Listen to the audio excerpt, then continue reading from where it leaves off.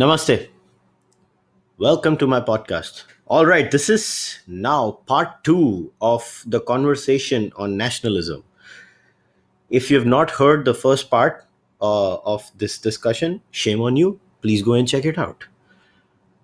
In the first part, obviously, we took over we took on the subject of nationalism in general, where Jaideep had explained what nationalism is, its origins, the different avatars of nationalism. And then by the end of the podcast, we had kind of gotten into a discussion where we were trying to express nationalism from the point of view of India. And obviously we were talking about Hindu nationalism, but due to the constraint of time, we did not go into detail. So this part, which is the second part of our podcast, is now solely dedicated to Hindu nationalism. So once again, Jaideep, welcome to the podcast. Thank you, Kushal. Thank you for having me back again for which is like now what going to be probably a 2-hour show. I'm pretty impressed with your listeners who are willing to put up with so much punishment. No. So I have kind of now created this little niche amongst, at least, I don't know. I hate the word right wingers, but I'll use it because whatever. So I'm, at least I know I have a significant number of people, like 2-3 thousand people who want to listen to these kinds of things, long form conversations. So yeah, so I'm actually glad there is this thing happening within our side also. And I don't know what our side is. That's the funny part. But so Jaideep, first question, obviously, what is Hindu nationalism? And I mean, we can go into the details, as in, how does it come up? And uh, let's say, what are its different avatars too? And if we were to compare Hindu nationalism with nationalism in other parts of the world, how would it be, faring in terms of comparison with others? So the floor is yours, Jaideep. Okay, Kushal. I should point out before I start with the question is a point I forgot to make last time. This is what happens when we read so many books on nationalism. We take a lot of things for granted, and then you realize later perhaps people didn't realize this because we've had 100, 200 books to evolve our thoughts. Most people don't. The point is that nationalism is ultimately a political claim of a community. Otherwise, it cannot be nationalism. I said last time that the Bayern Munich fans, they are also a community. Yes, they are a community, and there are quite a few of them, but they are not a nation because they are not claiming any political rights. They're not claiming sovereignty, or the right to have their own currency or anything like that, based on their affiliation of love for a football team. Right? We have I mean, to give you a less flippant example, you can look at, say, in India. There are dozens of these, I'm sure, but two communities I'll tell you are the Tulus and the Konkanis in Karnataka, for example. You have these two communities. Neither of them are planning on leaving India or even leaving Karnataka, for that matter. They're definitely communities, and but you don't see Konkan or Tulu nationalism in that sense. There might be a couple of fringe elements, but let's not highlight that. And I don't think there are actually, but there might be. I can't say for 100% certainty. Nonetheless, the political claim is important. Now, returning to your question about Hindu nationalism. So, as I just said, it's about a political claim.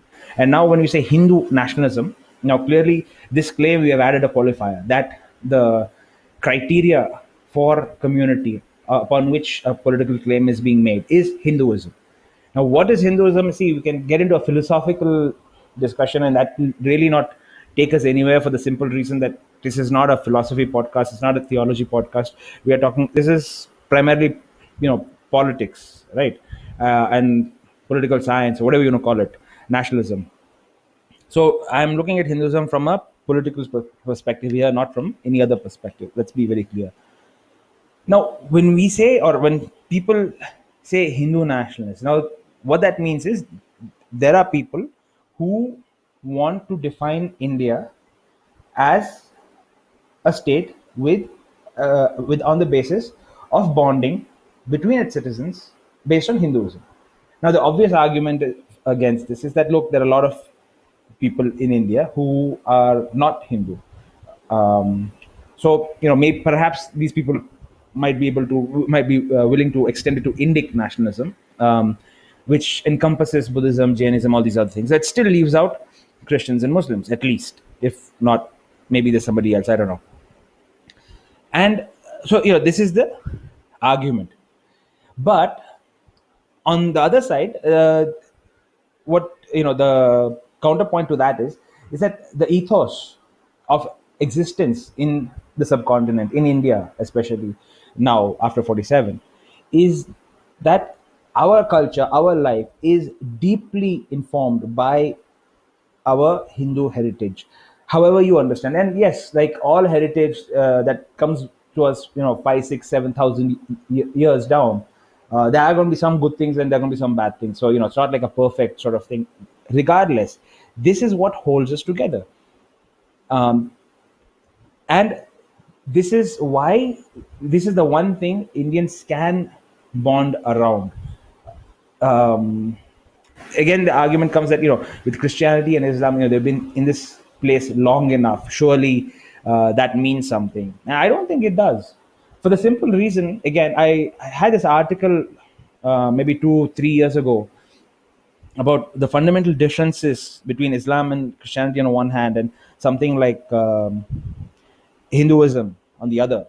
Judaism falls somewhere in the middle, I think. But anyway, the fundamental difference is that the sort of theological claims that are forward by these faiths are substantially at odds with the way the pagan societies view the world.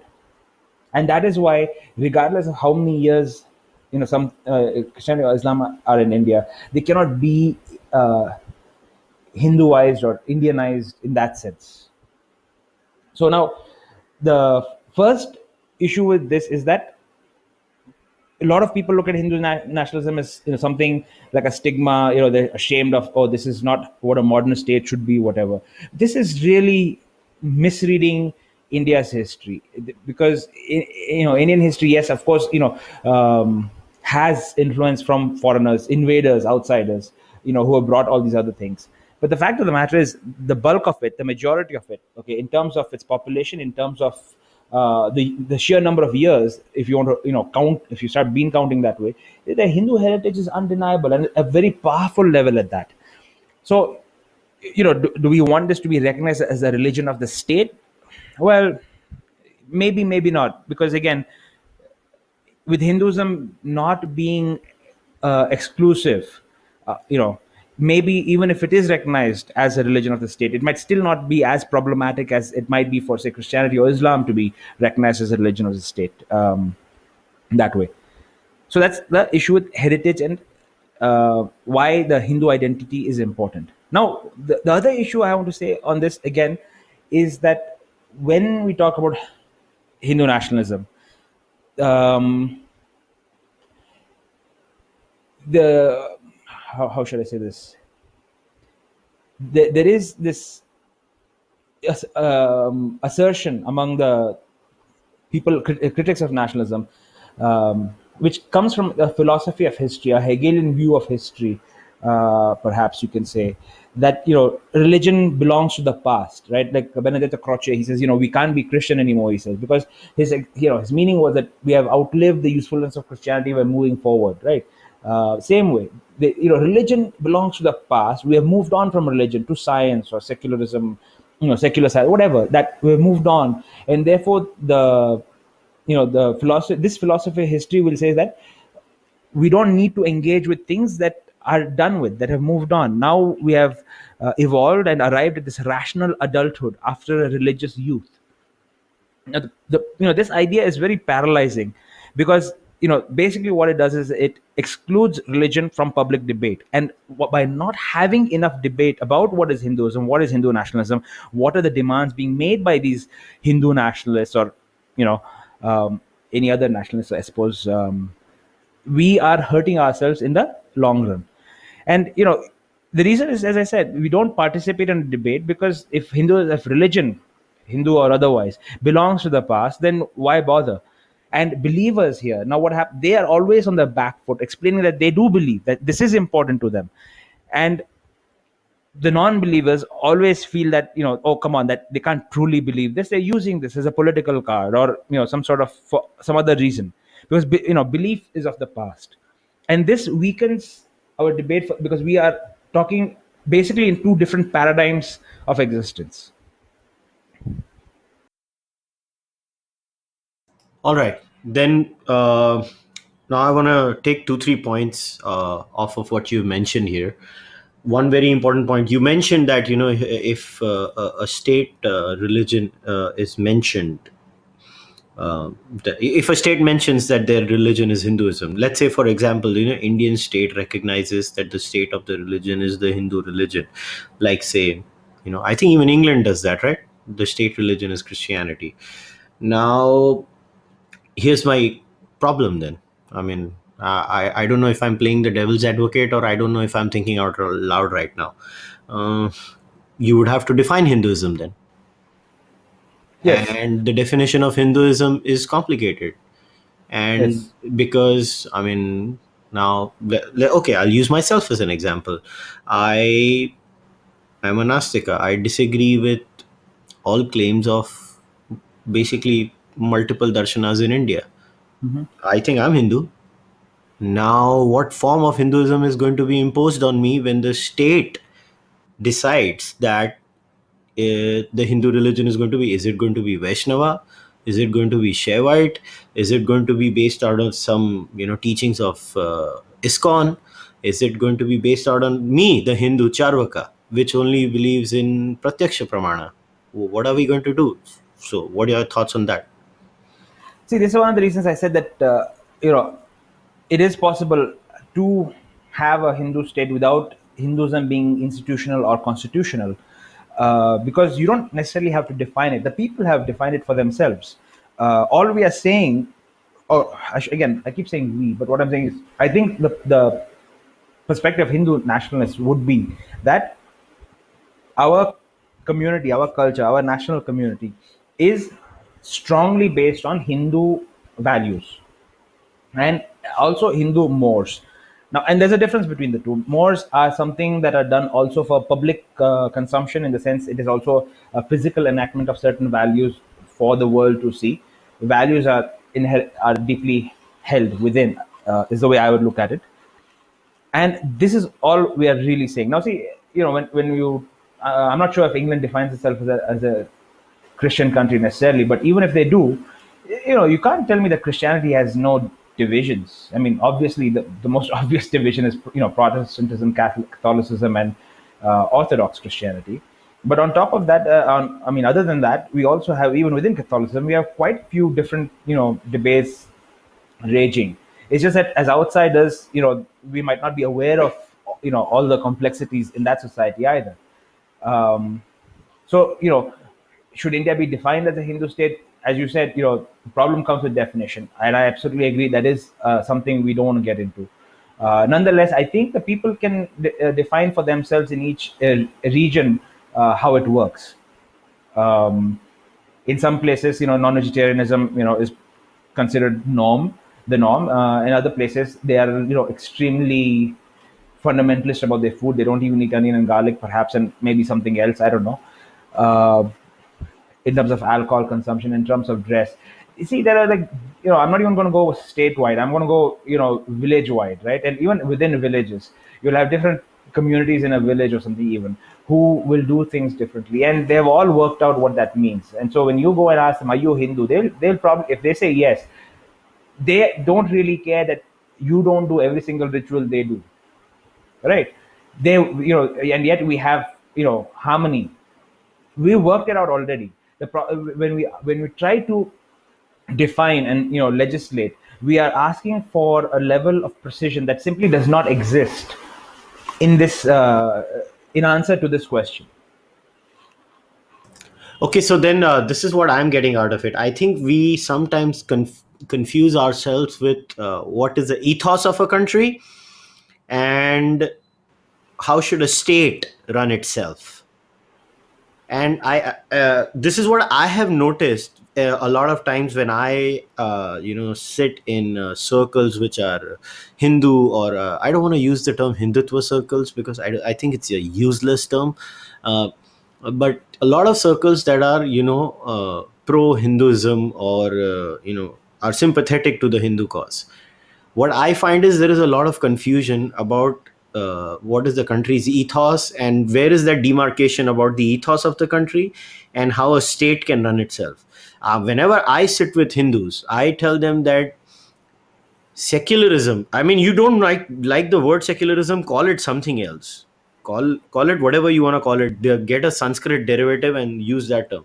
The whole point of an indifferent state or an equidistant state in a country like India should be valid because of the diversity in India. Because if we end up trying to legislate this and define the nature of the state in a country as diverse as India, which you have just mentioned too, because at the village level too there is so much diversity, we will run into a lot of trouble.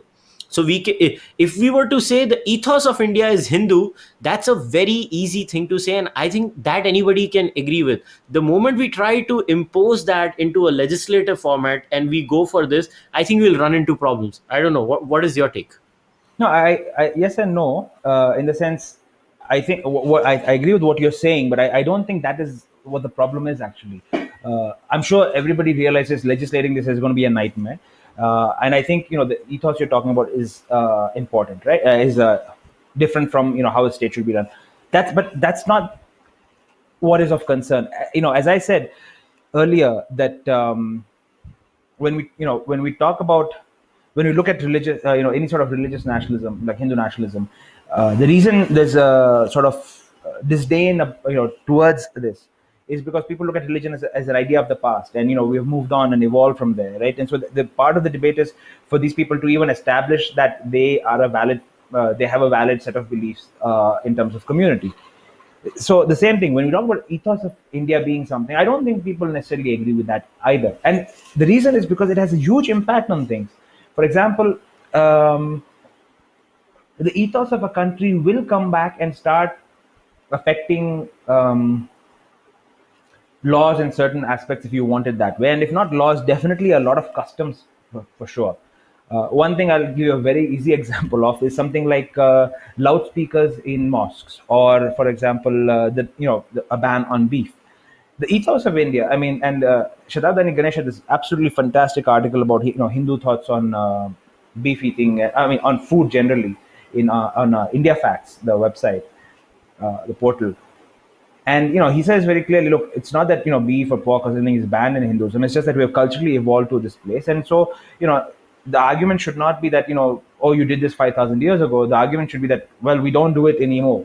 5,000 years ago, we also had slavery, so should we reinstitute slavery, right? So the ethos is important, but there is a lot of argument on ethos because these things come up. There's friction there. What the Hindus want to say is, the Hindu nationalists would say, is that look, here's a community of nation, and most of them that I have read, even the so-called the people who have been tainted as the hardcore nut jobs, many of them, I don't they don't have a problem with outsiders nearly as much as people pretend. Even in the case of Israel, for example, Jabotinsky is supposed to be the hardline Zionist, revisionist Zionist, but he has absolutely no problems with Arabs or Armenians or Christians living in Israel. He doesn't say it's only for the Jews. And similarly, Savarkar, who's supposed to be the Indian equivalent, he's very clear. This is what India is, but anybody can live here. It's okay as long as you accept, that you are going to live in equality with people who are not of your faith, in a free country, and this country will never ever accept your value system, your theological system as its own. That's all what we are saying. And here we have a problem, like Saraswati Vandana is a problem. There are 15 different issues, and this is what I mean, that the ethos is attacked. It's not the legislation. I don't think the legislation nearly bothers as much. The reason people chase the legislation is because they want to nail these things down, even the small victories that they make, they have, for fear of losing it tomorrow or the day after. But the legislative battle is really where things really mess up. But it's the philosophical battle. It's about the cultural battle, that is where the issue of Hindu nationalism and the opposition to it comes. Now, so you took Savarkar's name. It's very important. So actually, we did not touch on the part of the different avatars of Hindu nationalism. So do you think when we discuss Hindu nationalism, and this is a standard thing, every time Savarkar's name, it's only him who gets mentioned. But I mean, if you ask me personally, I think even Gandhi was a Hindu nationalist. Yes, I agree absolutely. I mean, there are so many Hindu nationalism. So can you talk about that? Yeah, no, I mean this is actually a very good question, and we should have, we should have done this right in the beginning. See, the basic separation of, I mean, you could divide Hindu nationalism into two very broad sort of categories, I suppose. You have one stream of thought which is perhaps something like, which talks about cultural values and authenticity of heritage, and they are interested in those kinds of things. And another sort of nationalism, Hindu nationalism, which is a lot more utilitarian, which is a lot more pragmatic, which is a lot more statist, if you will. I hesitate to use that word, but it's probably the best I can come up with right now. For example, like Savarkar, I said, he is, people like say Bankim Chandra or Aurobindo, they are concerned with the stability of a Hindu state, and the Hindu state in the sense, a state which is neither Hindu nor anything else, but one that understands that its people are Hindu and will protect those institutions. Um, and they're interested in development of the Hindu community, India as a whole, but definitely the Hindu community and security. And so this is why you see people like Savarkar, railing against the caste system, because which is, some people might argue that caste is part of Hinduism, and so since that is our heritage, we should maintain it. I don't know. Maybe there are people who believe that. But Savarkar says no. This is, maybe it was good then, maybe it wasn't. We don't know. But let's just be very clear: it's absolutely not good now, and we have to move past that in terms of temple entry and in terms of employment and all these other sorts of things. But you have these, I'll throw a name here which will surprise a lot of people and will probably get you a lot of flack for it, right? Along with somebody like, say, Rajnarayan Bose or Vivekananda or something, I'll throw in Gandhi as a Hindu nationalist of the cultural variety. Now, I mean, Gandhi might politically be, very different from, how we from how we view Hindu nationalism that way. But the thing is, a lot of Gandhi's ideas were also about culture and all that sort of. Whether they were correct or not is a different issue, and whether his understanding of India was correct or not is one thing, and his solutions that he proffered, whether they were applicable or not, is a different issue. Nonetheless, his understanding of India as what do you say, a whole bunch of villages, however many he said.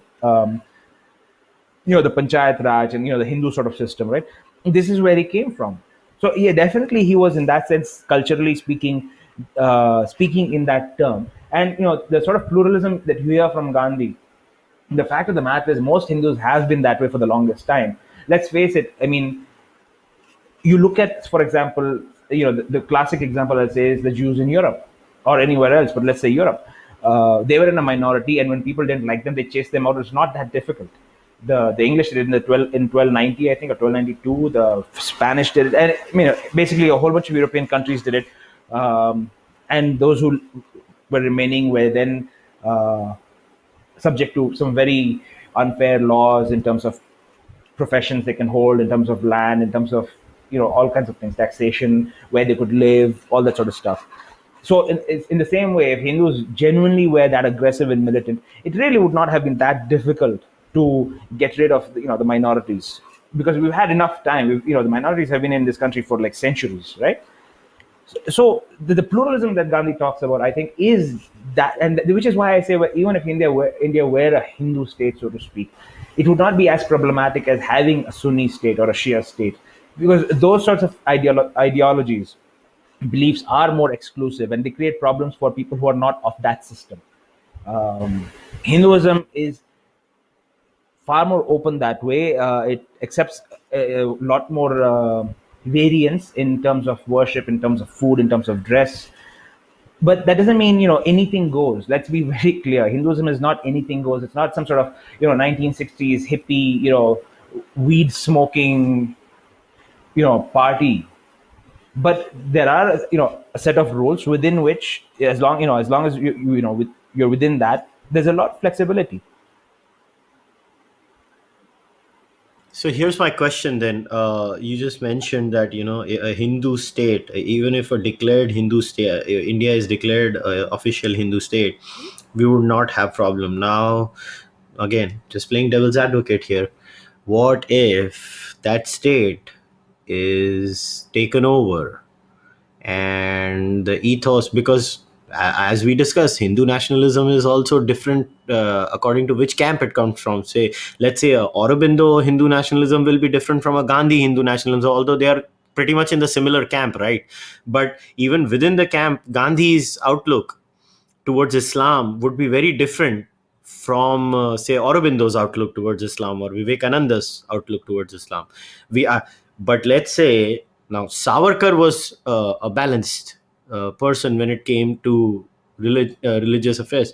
But what if this neo cuckoo version, inspired by one aspect of Godse, they take over? How would we solve that problem then? No, see, the here, I'm not going to like relate everything about everybody to his or her religion, because we will never get done with anything, not unless they explicitly use religious texts to justify their actions. Godse didn't kill Gandhi because uh, Krishna told him to, or because it says so in the Gita or something, right?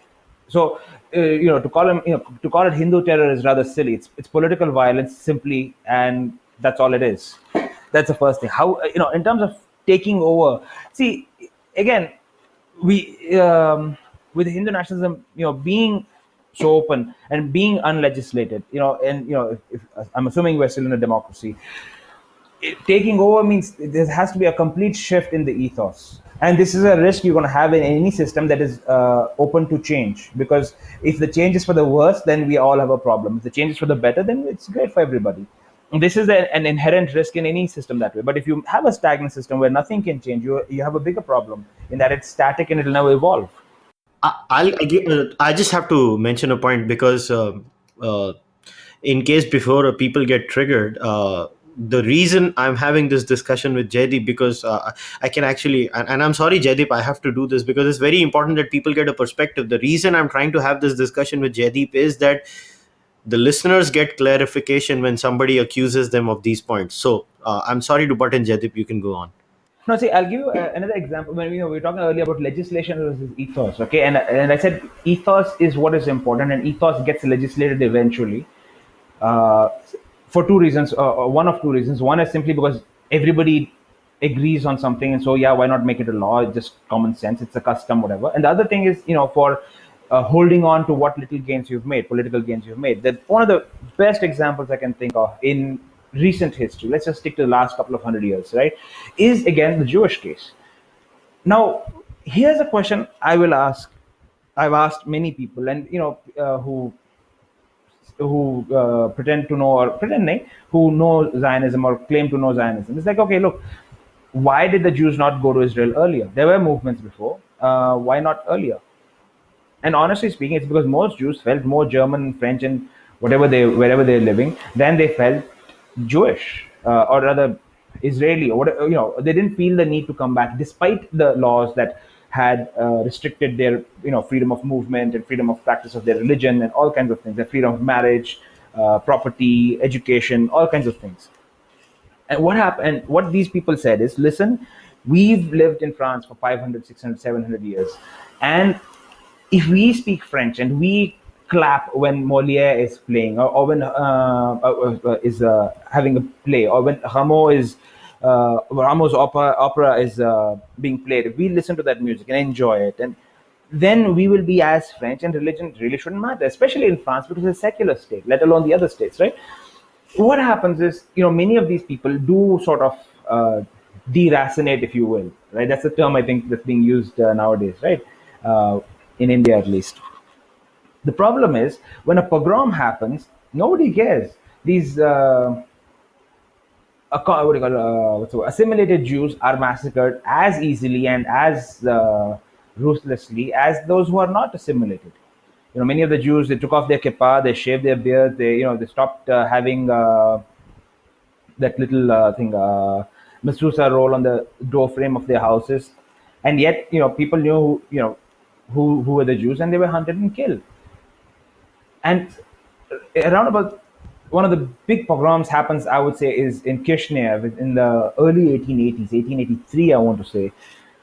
And that's when some Jewish leaders like Herzl and Jabotinsky, they realize, no matter how much we assimilate, we will never be European enough, French enough, or German enough, and we need our own country. And that's where this comes from.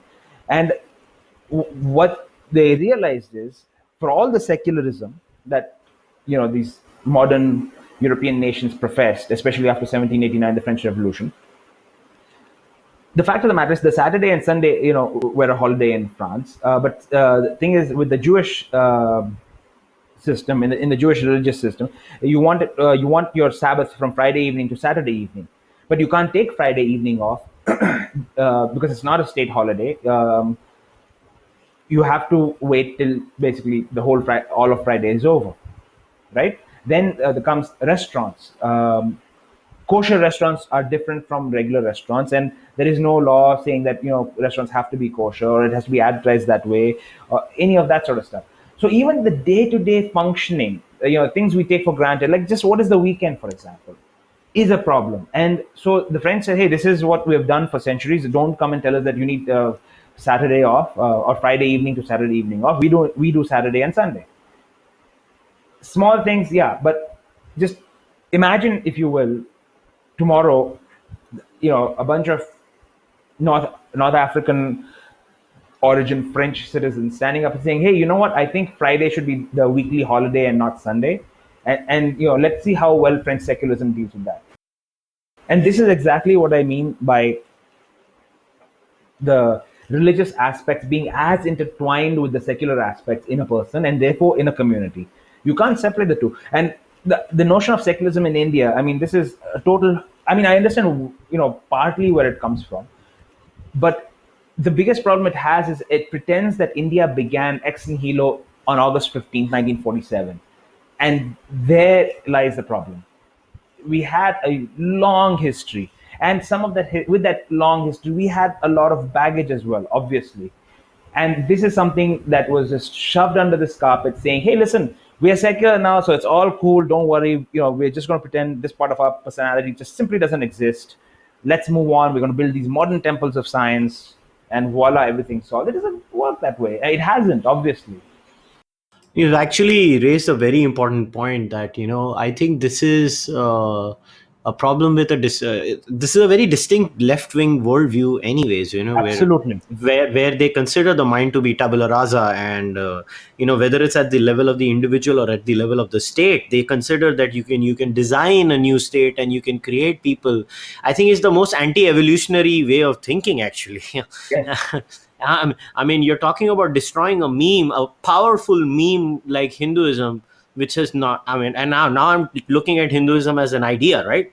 As a Yes. meme, and this meme, at least from whatever evidence we have, has survived for actively at least for 6 to 7 thousand years Yes. at the level of ideas. And if a moron thinks that they can destroy such a powerful meme on 15th August 1947, and they just move on, and then they write this constitution, and they do that. And I think that connects very well to the problem with Hindu nationalism in India, is this left-wing worldview. But I don't want to concentrate on the left-wing worldview because it's easily dismissible. I mean, anybody who has basic understanding of biology or evolutionary psychology will dismiss the left-wing worldview. My focus, and that's what I think we should focus on, is now within the Hindu family there is so much variation. How do we, as Hindus within the Hindu nationalist family, uh, and I'm using the term nationalism very loosely over here. I mean, I'm just talking the family of dharmic people, which includes nastikas, according to me. Now, how do we solve this issue? Where, I mean, to deny science is as stupid. I mean, if we criticize, the left to of denying science, we can't deny science too. So again, we also cannot have a very static view of Hindu nationalism. So if there is some sort of Hindu nationalism, while it is going to be connected to the past, it is always going to go on evolving, as and when we come into contact with different ideas in the form of technology or in the form of new communities. Now, where do you think a Hindu nationalism can cope with this kind of things? Let's say, how would a Hindu nationalism cope with Rohingyas or Bangladeshis? You actually make an excellent point. I don't know if that's the point you were intended to make, but nonetheless, there is a very interesting point you have made here in your question.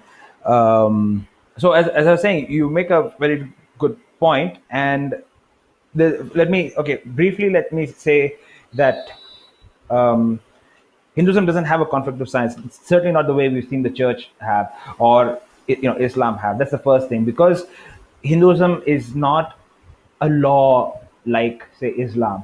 Not everything is prescribed, so we don't go against anything, right? So that is one immediate thing. So I don't think this conflict will happen. I think we do evolve, right? And when you talk about evolution of Hindu nationalism, this is the point I thought you made was very interesting, whether you meant to or not. See, there is a theory in Jewish studies about how Jews developed, and this is really my field. So I find a lot of applications between Israel and Jews and Hindus and Indians, and so I keep using that as a sort of a template sometimes. Now, in it's about the history of Judaism, and they say, like, way back, Judaism was a fairly open religion, and it was concerned with nature. It was monotheistic, yes, but it was concerned with nature. It was concerned with all these sorts of issues about, like, marriage and child rearing, and the typical sort of, like, issues you have about raising a good family. It was more dynamic. Then what happens is the Babylonians take Jerusalem and send the Jews into exile. And in the exile, what happens is the primary focus of religion of Judaism becomes to remember the past, remember their ancestors, remember their traditions and their customs. So the focus somehow shifts from being a dynamic religion to actually venerating the past, regardless of what happens. And so when the Jews come back from the exile after Cyrus frees them, you have for all intents and purposes, there's something was taken from the Jewish community by the Babylonians, and that is its dynamism. Judaism became more rabbinic, far more concerned with these minutia of these laws, what's written down, these sorts of things, and legalistic, if you want to call it that way, than it was earlier. And this is something that perhaps might be applicable to India. I don't know Indian history as well, because what happens is when Hindus lose political power in India, and that's with the Islamic invasions, not the Europeans coming, of course. Um, there might have been this sense of wanting to hold on to our culture, our traditions so rigidly that a part of Hindu society ossified, and that is where some of the problems, some of the strains we see in Hinduism today coming in. Because from what I understand, and again, I'm not a theologian, so all I'm saying is from what I have understood, from what my parents, grandparents, and my relatives, my friends, my temple priests, they have told me, my guru and all. I'm just going by that. Hinduism has not been as closed, has not been as anal retentive about these minutiae of rituals, um, as it is today, as back in the day. It's really a defense mechanism, the fear of losing your past, and that is the theory with Judaism. I think there might be something to do with Hinduism as well, and so this might be an issue. And you hear people saying, "Arey, pehle aise nahi tha." Caste system tha, but it was not as bad as today. Let's face it. What I don't know what the caste was back in the day, but I guarantee you, in the last couple 200-300 years at least, minimum, I can guarantee you, it's been pretty atrocious, right? And so, where does that change come in? Why does that change come in? One theory might be this sort of, ossified Hinduism that's still with us. And this is what I meant in an article I had written a long time ago, where I said, Hindus and Jews have one commonality, that they're both strangers to the land. They're not from the land. in terms of the Jews, they were literally physically not on the land that they claimed for their nationalism. And in terms of Hindus, what I meant was that they were dispossessed politically, and that is what matters. You know, there are Muslims living, in Europe. That doesn't mean it is Muslim territory, right? So political power, control over the land matters. And when Hindus were out of political power in India for the last 800 years or so, this is where, for one of the problems, at least I would say, or maybe a big problem, a major problem, however you want to look at it, began with Hinduism. But I don't think there is anything inherent, and therefore you might have certain people say something really stupid about science and that sort of stuff. But in terms of evolution, you were saying, I don't think there is any inherent struggle with Hinduism. Um, Coming to the another point, which you mentioned Rohingyas, and I'm assuming you mean refugees. Now, see, here's the thing with anybody, right? As a human being, my heart goes out to anybody whose family's being gunned down, and you see your mother, you're 4 years old, you see your mother raped and your father amputated. That's just horrible. And as a human being, your heart goes out to such people. These stories are absolutely horrendous. But let us be very clear that we are now in a how should I say, we invite catastrophe, I would say, in a way, by you know how should by basically confusing, let's say, our obligation to these people who are suffering so much, uh, you know obligation to rescue these people from such situation, with that same person's right now to become a citizen of India. So yeah, the Rohingyas are coming in, or whether the Bangladeshis were coming in.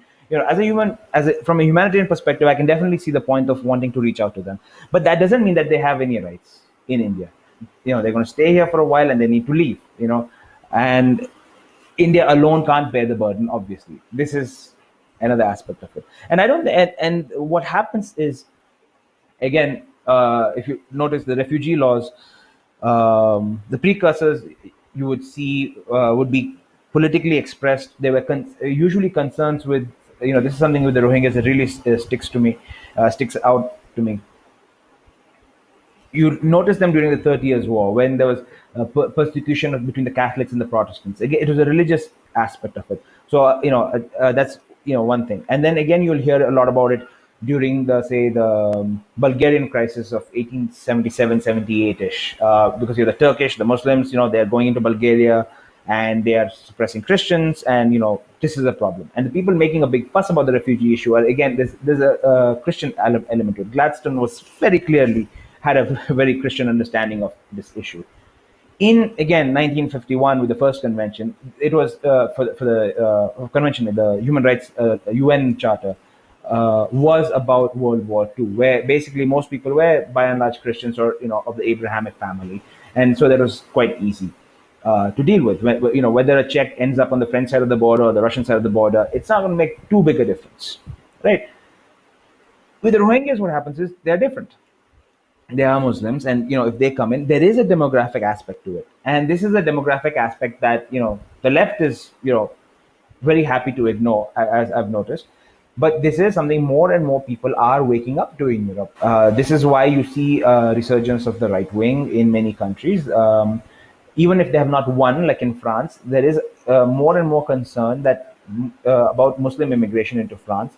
The Italians are not happy with North African / Muslim immigration into their territories. Hungary, voted for Orban. That tells you exactly where they stand. And Orban definitely has a lot of sympathizers in other countries in Eastern Europe as well. There is a demographic element to the refugee thing. If you start saying that you have to rescue them and then give them citizenship, if that is the case, I mean, the simple thing to do would be to not rescue them at all, right? But I mean, we're straying away from the topic of nationalism directly, but nonetheless, this is demographics has become a political weapon these days, and it is being used in these nationalist arguments as well. So that's why I thought this is still an interesting thing to discuss a little more. No, I think it is the whole crux of the issue of nationalism in India, and I'll tell you where I'm coming from, because I think at the my view of the core problem that Hindu nationalism suffers from the point of view of the understanding of the opposition to Hindu nationalism, is that the side that opposes Hindu nationalism looks at Hindu nationalism from a very Abrahamic mindset. When they look at Hindu nationalism, they look at a nationalism that is conceptualized out of a very monotheistic background, Yes, absolutely. and then they superimpose that monotheistic template on a template which itself is confused. Yes. But this is like, I'll give a cricketing analogy. Once, somebody, say a batsman told Darren Goff, "Oh, I knew you were going to bowl an in-swinging Yorker," and he said, "How the fuck can you know? I did not know I was bowling it." Yeah, I know what you mean. No, I really, you keep saying Hindu nationalism, and it just, strikes me. Is that I don't understand the term Hindu nationalism for the simple reason that I look at Hindu nationalism as Indian nationalism, and anything else that is not is, they have to define themselves against um, the, the normative mainstream argument of Indian slash Hindu nationalism. And the reason I say this is because the French don't talk about Catholic nationalism; they talk about French nationalism. And Hindu nationalism, it is not Hindu nationalism, it's actually about Indian nationalism. And we are just claiming that the idea of India is a Hindu idea, it is not a non-Hindu idea. Because if you talk about Hindu nationalism in the strictest sense, then we can have Christian nationalism and Muslim nationalism, which is absolutely nonsense. We don't have Muslim nationalism and Christian nationalism, because if that were the case, we would have one Islamic empire, one Christian empire. We don't. We have dozens of, scores of Muslim countries and Christian countries. There are other issues beyond religion. There's ethnicity and all these other things, as we discussed last time, that divide us. India is, I mean, when we talk about, especially when we talk about Cārvāka and anything, he's not saying every single, Hindu in the world, is going to come and say this is one country, and if it happens to extend to Vietnam, so be it. We're not making those claims. So all we are saying is this is our land. It is very limited, and in here there is a Hindu heritage which is holding this country together. There might be Hindus, and I mean in Thailand and Burma, which is right next to us, and with all the Chola influence in that region. I'm sure there are many Hindus. At least there were, and I'm sure there still are some at least. But we are not making any claims, despite there being Hindus there for centuries, right? Because we are very clear that we're talking about this very specific piece of land, out of which Bangladesh and Pakistan were cut out. And for whatever, that's a different issue, but we have agreed to accept the pain of that partition and move on. But now that we have moved on, what we are saying is this is the long history of this land. This is where the origins of these people come from, and these people had these values. You are not going to now just come and say, well, we're just going to pretend that never happened. Okay, now let us come to the current day. So I actually wanted to end the podcast with a very, like kind of a detailed view, your detailed view on what do you think is the current state of affairs. And I don't want to connect it to BJP necessarily, although BJP, RSS, VHP, and all these organizations are going to be a part of it. I mean, but what do you think is the current state of affairs when it comes to Indian nationalism, or what is famously called as Hindu nationalism? I'll give you my take first, and then obviously you can take it forward. This is what I feel is happening in India right now. I think both sides are wrong. The Hindu side claims to be plural, behaves monotheistically at times. The other side is monotheistic but keeps talking about plurality all the time. Now you can take it forward. Um, I mean, yes, I think that's pretty, fair. But earlier you also said, you don't like this term Hindutva, right? And I agree with you. I don't either. The way I look at it is, we have, dharma, Hinduism, whatever you want to call it, and then we have Hindutva that comes along, with Savaka. And that is, let us be very clear, when all these people tell me, oh, we don't like Hindutva and all that, yeah, but that is a response to the constant provocations by Abrahamic faith, in terms of proselytism, in terms of pushing the their cultural agenda on the country. That's where this comes from. So when you say these people are behaving monotheistically, Abrahamically, whatever you want to call it, Hindus are behaving, I agree with you, they are, and I think that's a bad thing. But sometimes there is a certain element of self-defense and panic that propels you to sometimes be like your enemy or worse than your enemy. It's psychologically understandable, if but obviously not defensible regardless. So that is definitely the thing. In terms of like what is the best way forward, honestly speaking, I think as I said, I am not a fan of having these things institutionalized and having these sort of legal issues and constitutional reforms in that sense. In that sense, I think groups like Saidipak's Indic Collective, I think they're doing a fantastic job in terms of looking at the smaller aspects of things that affect people on a day-to-day basis, whether it is refugees or whether it is RTE, education, that sort of stuff. I think people like another person I'll tell you, I'm very happy to have met, and I know is Anurag Saxena. He's doing his own little thing. He's focusing on getting these temple idols back, right? Because see, ultimately, if we are not going to go for a constitutional institutional sort of framework of Hinduism, what the only thing that's left is cultural, and it's about relationships between people. And if I'm going to bond to you based on Hinduism, for the sake of argument, because we celebrate, not because we are both Hindus necessarily, but because we both celebrate Holi. I don't think about it as an exclusively Hindu thing. It's just something I've done for 30, 40 years. I'm going to just continue doing it, and if that's going to hold a nation together, then we have to know more about it. Honestly, the best thing I think a lot of these quote unquote Hindu nationalists could do is learn more about Hinduism, learn more about and I don't mean like theology. I mean for me, when I talk about Hinduism, I mean everything from Shankara and Kalidasa, the works, everything. There is a place for Tulsidas, and there's definitely a place for Savarkar. I don't think you have to do one for the other. Life is much more than politics, and poetry is not the only thing that can. Poetry is not a good way of defending yourself against the Chinese tomorrow. So you have to do both, right? You need something for the soul, and you need something a little more pragmatic. The whole spectrum. If we, if that comes up more in our syllabus, right, in schools, or our own personal interest, I think that will go a long way in reviving, in creating a renaissance of Hindu life. Our schools, and this is one of the reasons why when our schools are taken over by secularists, Marxists, Islamists, or whoever, I don't know, whoever is taking them over right now, the emphasis shifts from these sorts of cultural practices and traditions, and that's where it hurts us the most, which is why education is extremely important. We don't have education in the schools. We don't ourselves. We have grown up, for lack of a better word, deracinated, especially if you've gone to convent schools like me. And so it really falls to somebody to spend a lot of time to to go out of their way to study, unless they have been blessed with really good grandparents who hammered the epics and all that sort of stuff into them anyway.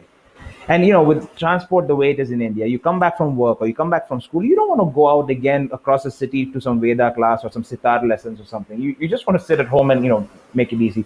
So life's not easy. I know it's not easy, but the real power of Hindu nationalism will really come when people are actually aware of what it means to live an Indian life. And I say to live an Indian life specifically. No, I think you have made a very important point that life as it is in India is actually such a challenge that to go beyond that challenge and then to get into these things is quite a pain in the ass. And yes, I agree. Sai Deepak and Anurag are these are gems who are doing great work. And it is very important to recognize people and appreciate good contributions. I mean, in my own way, I think the only solution to this problem is a very minimalistic state in India. The moment the state reduces its influence in the life of its citizens, the citizens will have to take care of their faith, and I think the citizens will get more control of their faith, and I think that will anyways generate a very pluralistic, diverse and accepting India. I think that is the only way out of it. But while I say that, at the same time, I think the biggest failure of the modern Indian state is that the modern Indian state has not defined its non-negotiables. This is my view. Now people can disagree with it. I think the modern Indian state failed when it said triple talaq is not okay, unequivocally. It is not okay. It's a load of rubbish. The modern Indian state failed when it said it is not okay to kill someone for the food they eat. I think that's where we have failed as a society. Yeah. And the moment you accept that every society needs to have its non-negotiables defined first, and then we can argue about how Hindu Gandhi was, or or how much how bigoted Jinnah was. I think that can be sorted out later on. But let us first decide what is not allowed in the Indian state. The failure of Hindu nationalists and the failure of the secularists in India is we have not discovered what our non-negotiables are, and unless we don't deal with that, we're never going to come up with any probable solution for what Hindu nationalism. I don't know. What's your view about it? No, I think you're absolutely right on this, in the sense, and this is something I was talking to you earlier about. I don't remember if it was in the podcast or between these two podcasts. I said to you explicitly, the issue with Nehru and Congress and the forerunners of the present, whatever, the Indian leadership, is simply that they have created an Indian state, but not an Indian nation. We don't have that community. We are still divided. We don't know, what our non-negotiables are, as you said, and that is where the problem comes. Why is it so easy? I mean, it is mind-bogglingly easy to take apart absolutely anything nowadays. Somebody says something, you can say, oh, he's this is an anti-Dalit statement, and that's the end of that. That program's not going anywhere. Or you can say, oh, this is misogynist, or this is something else, or you're being anti-Muslim, Islamophobia is unacceptable, or there are 50 different like fissures, there is like, and people, politicians, and their um, handlers, they will use those fissures to break society apart because there is nothing in common. One of the things I like about, say, Israel, for example, or America. Let's take Israel for example. They're fairly clear on where they stand on West Bank and Gaza. There are there are leftists who disagree vehemently, and there are, of course, the ultra orthodox crazies who think that the Messiah should have created Israel, and the fact that Israel exists today is an abomination. But I'm not talking about those fringe groups. I'm talking about, like, by and large, in the Knesset, whether you're Likud, whether you are where Kadima, or whatever you were, there's fairly there's they know what they will accept and what they will not accept, regardless of what party you were. We are not going to give back the whole West Bank. Yes, we can negotiate on certain things. We are not going to, allow you right of return, regardless. And this is something that everybody agreed. It is not left, right. And this is one of the reasons, I have, I used to have, at least, great admiration for the Israeli lefters. Despite having, their weird, crazy beliefs, because a lot of the Zionist movement comes straight out of Russia and the communists, and that sort of intellectual lineage, right? Despite that, they functioned in a very pragmatic manner. In some cases, they were more right wing than right wing, despite actually being leftist. And clearly, the labor unions, they're very left wing. They could function that way effectively because they had a sense of identity. They had a sense of nation. They said, "This is what Israel is. As long as we don't disagree on this, yeah, we can disagree on everything else, and you're still my brother."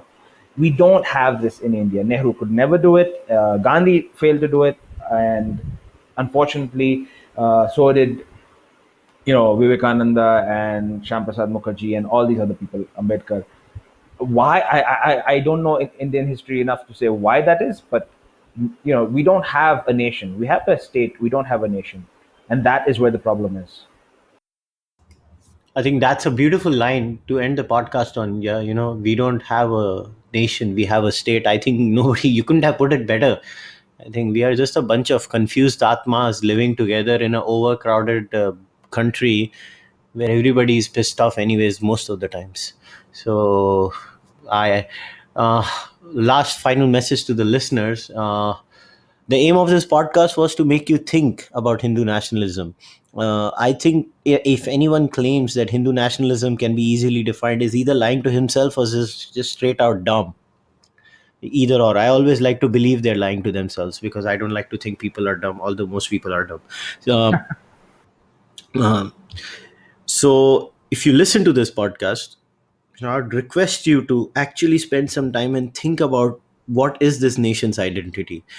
And once you get rid of your Christian and Muslim and Abrahamic dogmas that are, stuffed into your head all the time, because you were ruled for such a long time, and because of the overbearing, pressure from the Indian state to define you in a way which is most unnatural to you, you will actually start finding a lot of answers in this process. And maybe it will eventually maybe lead to a discussion, say 10, 15 years down the line, where India might actually become a nation finally. As Jaideep said, we are not a nation right now, and I agree with him. So on that very depressing note, Jaideep, once again, thanks a lot for doing this, man. Thank you, Kushal. Thank you for having me and doing a very important, covering a very important topic, in my opinion. Take care, my friend. Bye. Bye.